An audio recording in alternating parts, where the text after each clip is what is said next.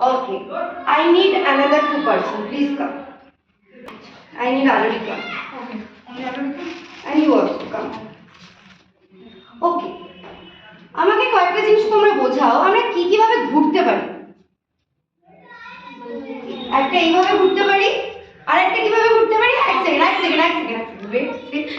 আমি একটা ভাবে ঘুরছি গন গন গন গন গন গন গন করে, আর একটা ভাবে আলারিকা ঘুরছে। আলারিকা ঘুর। হ্যাঁ ঠিক। তো তুমি একবার ঘুরে দেখাও। Very good. এবার আমরা বলি, যদি আমি আলারিকাকে আকাশে নিয়ে গন গন করে ঘুরি, আলারিকা কি পড়ে যাবে?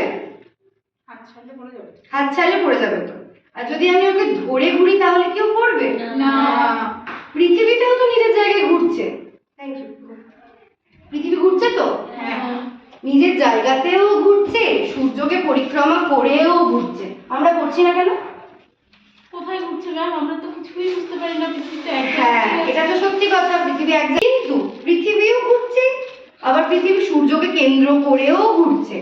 যেহেতু পৃথিবীর নিজস্ব টান আছে, মাধ্যাকর্ষণ শক্তি রয়েছে, সেই জন্য আমরা পড়ে যাচ্ছি না। হলে যখনই পৃথিবী ছেড়ে যাবে, আমরাও দেখবো আকাশে পাখির মতো উড়ে বেড়াচ্ছি। স্পেসে গেলে কি আমরা উঠতে পারবো তো? স্পেসে জানো তো কেমন? স্পেসের ভিডিও কেউ দেখেছো? আমি আগের ক্লাসে কিন্তু দেখিয়েছিলাম, দেখেছো তো? স্পেসে আমরা কি দেখতে পাই? সবাই একটা বড় পাইপের মধ্যে আটকে আছে, নিজেরা উড়ে উড়ে উড়ে উড়ে বেড়াচ্ছে।